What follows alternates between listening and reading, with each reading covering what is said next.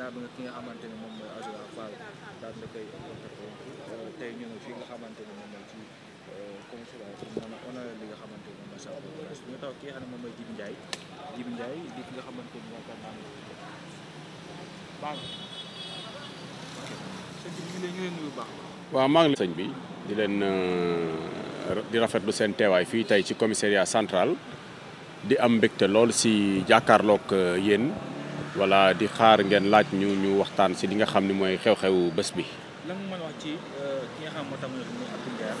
ban heure la fi ñëw. waaw te ban état d'esprit nga ko gisee moom tey. waaw xam nga tey dañ fi ñëw si wàllub maanaam kuréel gi ñu nekk muy le nouveau front force alternative nga xam ni cas yu mel ni dafa bokk si li tax ñu defar ko ñu teg ko mooy réew moo xam ni daanaka léegi benn pàcc moo sañ wax beneen pàcc bi dañuy war a noppi Abdou Nguer waxu fi loo xam ne jar na waxuma la convocation rek waaye wax fi loo xam ne sax jar na nit di ko envoyer message ba koy convoquer parce que toog télé ñëpp dégg nañ lim laaj ne diw kuy sa baay loolu da ngay dem rek wax kuy sa baay moi je pense que ni loolu warul jar lii Abdou Nguer nag xale la buy wax xalaatam nekk chroniqueur chronique bi muy def également defe naa ni constitution moo mayee nit mën a wax xalaatam ci canal yu bare nag soit par écrit mu bind ko wala mu wax ko wala mu enregistré ko wala mu dox ñaxtu wala mu def ko benn jaaru bataaxal nit ki may nañ ko moyen ba ci musique wala ba ci philosophie sax mu wax xalaatam ci réewam article ak constitution article yu leer ci constitution bi notamment l' article 10 de la constitution moo ko consacré article 8 ñëw tollanti ko léegi nag ñu bëggoon ci woo bii ñu ko woo li laay war a sóoli ñu wax police ak gendarmerie ak force de défense ak de sécurité yi sénégalais yi am na leneen lu ñuy xaar sénégalais yi am na yeneen urgence yu ñu leen di laaj ak di leen fa soxla pour ñu ñëw taxawu leen fi sénégalais yi bis bu yàlla sàkk ñi ngi laaj sécurité ci koñ yi ci quartier yi ak ci bérébu liggéeykaay yi bërki démboo njaay gis nga ku ñu jàpp lu mu doon def 100 millions wu jàmbur la dem jël avec une violence inouïe yooyu moo war a tax ñu war a jël police ak gendarmerie dugal leen ci liggéey boo xam ne askan bi la ñuy protéger ak di leen défendre jëluñu woon police ak gendarmerie pour ñu leen di utiliser nii ñu leen di utiliser tey yaakaar naa ni ñoom seen combat lii la woon mooy fexe ba citoyens yi ñu may leen jàmm bañ di leen acculer tey xoolal sénégalais li ñuy dund pression ci journalistes yi yéen a ngi nii ñi ci sañ wax barewul wala bu ngeen di wax seen ay biir rédaction ngeen di fay seen ay micro wax ku ci wax ñu woo la pression si liggéeykat yi menace dàq pression ci homme politique yi kenn sañ ta opposé Ousmane Sonko kenn sañ ta wax Ousmane Sonko ku ko tudd ñu faagaagal la pression ci chroniqueurs yi ku toog ak ñoom débat ñu xam ni débat bi yëkkati na leen ba ci kaw dóor leen ci suuf débat bi neexul si ñoom ka leen toroxal ci débat bi dañ lay jéem a toroxal ci wàllum justice mooy ni ñuy jéem a def Badara Gadiaga te duñ ko bàyyi duñ ko setaan pression ci képp koo xam ne tey jii acteur économique nga di liggéey nekk homme d'affaires fexe nañu faagaagal la dugal la kaso yàq sa activité téye la on met la pression sur tout le monde léegi Ousmane Sonko lan la bëgg la mu waxoon nag la mu waxoon yéen ngeen di presse di seede ñun ñu dem ba Nations Unies porté ko plainte ci loolu mu waxoon ne Sénégal ak yeneen dëkk yi nga xam ne tey jii ñoo nekk ci àdduna bi la tax dëkk yooyu développé mooy dañoo wàññi liberté yi si loolu la nekk nii. lii ñu gis jéem a fexe ba nit ñi ragal ko doot ñu wax la Ousmane Sonko nekk lii kese la parce que Azoura Fall dañ koy yónni pour mu jéem a noppiloo benn voix boo xam ni jamono ji ñu toll nii Abdou Nguer da leen tëj. kan moo yónni Azoura. waaw xanaa ñoom Pastef ñoo yónni Azoura parce que lu tax ñu yónni ko mooy plainte dof yii boo bàyyee nit di ko def ci parti naan da koy def di ko defal nit nga xam ni c'est ridicule Abdou Nguer noo ko mën a jàppee ci sa ana kuy sa baay ma ne parce que lu tax amul droit porter plainte les plainte day am motivation bu sérieuse dañ lay saaga wala ñu dóor la wala ñu sàcc la wala ñu def la loo xam war ñu la ko def waaye yow kuy sa baay nga porter plainte ma ne dama ne wax na fi moom Azoura président de la République daggal ko ndey benn journaliste waxu si dëkk bi soit dañ koy waxante dëgg wala ñu toog Azoura moom moo war a mujjee porter plainte ndax saaga. pourquoi nga cadré débat bi ci Ousmane Sonko alors que débat bi c'est entre Azoura Fall ak ki nga xam ne waaw parce que amul tax parce que Ousmane Sonko dafa diggee woon Sénégal boo xam ni justice bi day indépendante ñun ñi nga xam ne tey dañuy politique ak ñi nga xam ne tey ànduñoo ak moom ñoom nañ leen doon jàppee mu ne loolu du woon yoon parce que loo wax dugg kaso mu nekkoon seen combat ñu woote fii jam ñaajo ak jomaay woote fii jam ñaajo ñoom ñëpp dem def fa ay conclusion ne daañu fexe ba justice bi na mu daan demee doot ko demee tey la justice bi gën a pire lii ak Macky Sall li mu doon def lan mooy différence bi ma ne problème ñaari citoyen yàgg na fi te bu problème ñaari citoyen amee état dugg ci dañ koy wax loolu mooy dëgg Azoura Fall amul dara lu ko may muy porter nit plainte si ay lan kan kuy sa baay loolu bu amee c'est parce que dëkk bi moo amul yoon. mais Azoura am na droit porter plainte tamit. ah. waaw mais xam nga politique lu tax mu rax si parce que yow boo demee ba nga xam ne yow ki ngay jàpp ne yow moom mooy sa adversaire wax jim la wax yéen a ngi wër chaque jour bu toogee plateau Abdou Nguer saa yu toogee plateau Pastef yëpp branché nañu seen ay officine branché seen ay caméra branché seen ay techniciens yuy dagg ñu ngi jéem toujours luñ ko dugalee kaso loolu ñëpp xam nañ ko ñaata nit ñoo taxaw biir Pastef ne Abdou Nguer kañ lañ koy jàpp loolu yéen xamal nañ ko presse bi xanaa ñun citoyen simple yi gën war ñu leen ëpp information man ñaata message la ma Abdou Nguer envoyé ne ma xoolal kii di laaj ñu dugal ma kaso te Pastef la bokk ngeen ne politique amu ci ngeen ne politique loolu amu ci parti buy taxaw naan kañ la ñuy jàpp diw te saay taxawal te saay ñu waxee kañ la ñuy jàpp diw buñ ci tegee ñetti fan diw googu dugg kaso Farba Ngom kañ lañ koy jàpp ñu jàpp Farba Lat Diop kañ lañ koy jàpp ñu jàpp Farba keneen ak keneen fan lañ koy jàpp ñu jàpp Farba waaw loolu tam bu dalee Abdou Nguer ñun duñu jaxle ah ma ne fii lépp mën naa ne réew Ousmane Sonko lépp mën naa ne parce que jàpp nañ fi nit ne corruption lañ ko jiiñ nit dem toog ka ko jiiñ corruption jaar aéroport tukki moom ñu jàpp ko tëj ci kaso bi barki dee moo ñaali kamay liberté provisoire kon ku la wax ne la mënoo dugg kaso da lay nax fii droit amu fi. moom Abdou Nguer dem gis na ko ci benn plateau mu daal ni soxla benn avocat te tey gis na ko mu ànd ak benn waaw xam nga lu doon loolu waxam la rek Abdou Nguer bu taxawee ni soxla ma avocat fii tam may na ko loolu mais droit dafa am nu muy doxee parce que Abdou Nguer du juriste Abdou Nguer même bu amul avocat yi ni ma leen xamee ñuy ay droit de l'homme lu si ëpp si ñoom nekk ay humaniste avocat yi bu gisee cas bu mel nii xam liy yoot xale bi avocat dina am bu dee 100 avocat am Sénégal dana si am sax kenn koo xam ne ragal na yàlla ñëw jàppale ko taxawu ko non lu ci mënti am rek avocat moom rôle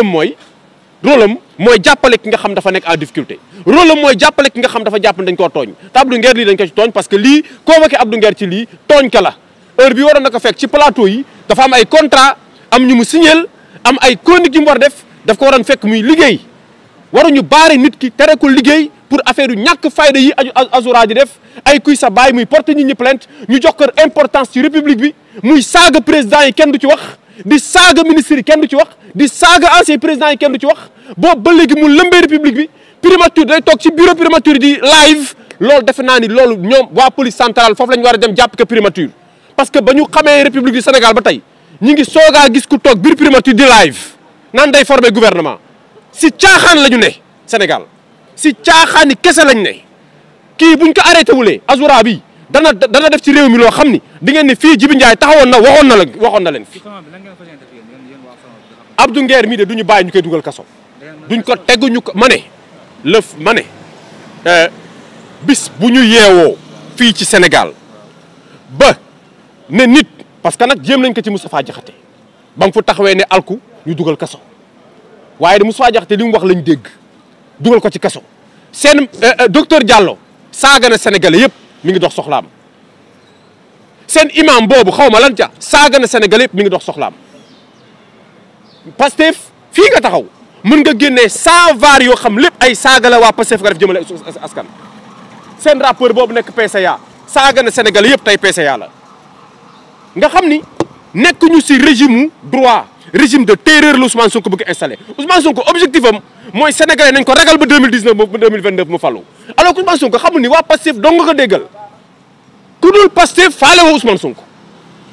2 millions et quelques sénégalais ñoo dem voté ji quelque votel ko ci mu jàll nekk président il reste 18 millions 16 millions et quelques sénégalais yoo xam ni voté luñu Ousmane Sonko na respecté suñu opposition bi ñuy def na respecté l'opinion libre des sénégalais Ousmane Sonko na xam ne pays démocratique lañ ko joxuñu ko royaume joxuñu ko dynastie fii Sénégal la kenn mënul fexe ba duñu wax suñu xalaat kooku Ousmane Sonko amul maqaama boobu fii laa koy waxee seen ay micro bu bëggee réew mi am jàmm bëgg sénégalais yi nekk si jàmm Ousmane Sonko na xam ne du premier ministre Pastef premier ministre Sénégal la Diomaye Faye na xam ne du président Pastef président Sénégal la depuis un certain temps dañu seetlu ci réew mi ne cybercriminalité opposition rek lay woo cybercriminalité opposition rek lay woo DIC opposition rek lay woo police gendarmerie opposition rek la ñuy woo loolu nag dafa am lu muy niru mooy dictature te dictature kenn du ko nangu Sénégal ku si nekk nag ñun nag gis nga force de défense et de sécurité yi ñun ñoo njëkk taxaw défendre leen ba ñu créer seen loi wu tappale boobu pour dugal leen kaso ñun ñoo njëkk taxaw ne leen du ñu seetaan ngeen di dal suñuy force de défense et de sécurité na force de défense et de sécurité xam ni Pastef yéenewuñu leen jàmm naka ñëpp xamee noonu ñu ngi leen di sant di leen gërëm. waaw maa ngi rafetlu teewaay bi ak solidarité bi donc di rafetlu site internet yi nga xam ne yëpp teew nañ fi télévision yeeg rajo yi donc di bég si yéen voilà. alors tey sa teewaay ci li nga xam ne rek moo ñu fi andi waaye itam taxaw bi nga xamante ne am ngeen ko tey ci Abdou Nguer tey lan nga jot ni moo koy xaar. non avant tout man sama teewaay ci bëriwul lu may teew ci yii mais tey sama teewaay en tant que chroniqueur en tant que sénégalais donc en tant que quelqu'un ku nga xam ne yàgg na coordonné ay émissions et tout ça donc gisee ci avis lay Abdou Nguer yi man bokk naa si jëkk a jël risque andi leen télé ay nitu site la ñu woon quoi kenn ñemewul woon jël andi leen ci télé mais man bokk naa si jëkk a teg Abdou Nguer télé waa RDV ñu ngi may dégg donc parce que ma gis leen ñi nga xam ne dafa am lu ñuy combattre réewum démocratie la ñu nekk bon Sénégal fii bëgguñu jaay doole képp ku fi am puissance wala nga am fi benn affaire bon da nga victimiser wu woon rek ne dañ lay jaay doole donc côté boobu laa ñëwee en tant que frère en tant que koo xamante ne am nañu ay relation yu rafet bon ma gis ne carrément que affaire bi moo léger quoi waaw dafa léger si man bokk non léger weesuwul yow nga xas nit yow yaa xaste bon boo ma xasee ma tontu la nga ne non da nga ma tontu dama la yóbbu si yoon mais dafa léger quoi parce que nit buy liggéey si benn organe de presse yéen ñi ñëpp da ngeen di am na ay sites yu ngeen di liggéey tey bu ñu attaqué woon benn Dakaractu wala nangam yow nga liggéey Dakaractu nga ne parti bon day mel ni complice nga nit ku nekk fi ngay liggéeyee ngay défendre donc moom défendre na organe de presse muy liggéey ak façon bu nga xam ne moom la mën a riposter saagawul deful dara man pour man loolu noonu jarul plainte quoi jarul plainte dafa léger waaw. tey lan nga yaakaar ne moo mën a xaar Abdou Nguer nga xamante ne mooy central. bon li koy mën a xaar xam nga Abdou tamit moom loo ko mënti waxal fitam moo rëy Abdou fitam moo rëy quoi donc moom peut-être jël na ko à la légère mais ñun ñi nga xamante ne xam nañu li nga xam ne mu ngi daw instant yi ci Sénégal bon am nañ ci njort bu ñaaw quoi loolu bokk na waaw loolu bokk na ñu teew parce que gis nañ fi ay dossiers yoo xam ne dafa léger trop mais après day mujjee ay garde à vue xam nga traîner la benn 6 mois 7 mois soog la sànni bon loolu nag bokk na ci loo xam ne moom lañ koy bañal quoi moom lañ koy bañal voilà. waaw. waaw mooy doute bi ma lay wax c'est-à-dire il faut ngay demee doute parce que mënoo jël confiance c'est-à-dire Abdou moom yërmaane bi ko nit ñi yërëm sax moom daa yërëmul boppam man des fois dama naan Abdou dafa am sécurité bu koy accompagner wala bon état si boppam ñoo mujjee jël Abdou Nguer di ko sécuriser parce que damay gis Abdou Nguer day nekk si ay plateau yu nga xamante ne xam nga après day génn ñibbi facilement jël ay cat comme si rien n'était quoi donc même démb sax boo xoolee Abou Diallo mu ngi koy kii ci affaire bi c'est-à-dire mu ngi koy xamal ne ko carrément bul jàpp affaire bi à la légère parce que am na ay nit ñu fi convoqué ci genre affaire yi ñëpp jàpp ne garaawul mais après xam nga day mujjee ay mandat de dépôt xam nga mooy loolu quoi c'est-à-dire jaay doole bi aussi tamit dafa commencé bëri ci town bi quoi te ñi fi nekk aussi tamit je pense que jaay doole bi ñu leen doon def bi ñu gëmloo ne ñoom loolu lañ doon def looloo taxal ñun sénégalais yi bëri jóg jàppale leen quoi kon donc boo ñëwaatee benn 1 mois ngay defaat la même chose wala nga def lu gën a pire loolu képp ku ko seetaan nag damay gis ne bon complice nga quoi.